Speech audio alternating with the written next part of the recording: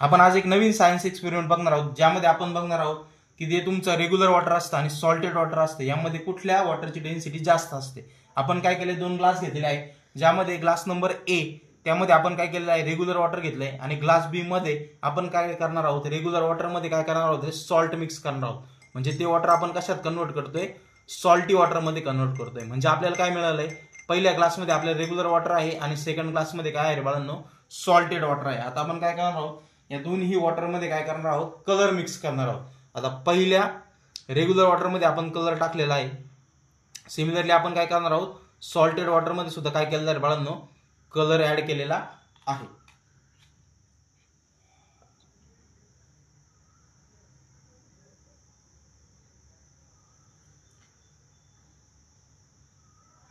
आता आपल्या काय लक्षात येतंय की हळूहळू काय होतंय, जो तुमचा रेग्युलर वॉटर आहे ना, त्यातला कलर काय होतोय रे, खाली स्प्रेड होतोय. परंतु जर सॉल्टेड वॉटरचा ग्लास बघितला तर त्यातला कलर काय होतोय रे, खाली स्प्रेड होत नाहीये. याचाच अर्थ काय लक्षात येतोय की जी काही तुमची रेग्युलर वॉटरची डेन्सिटी आहे ती कमी आहे ऍज कम्पेअर टू काय रे बाळांनो, सॉल्टेड वॉटरची डेन्सिटी.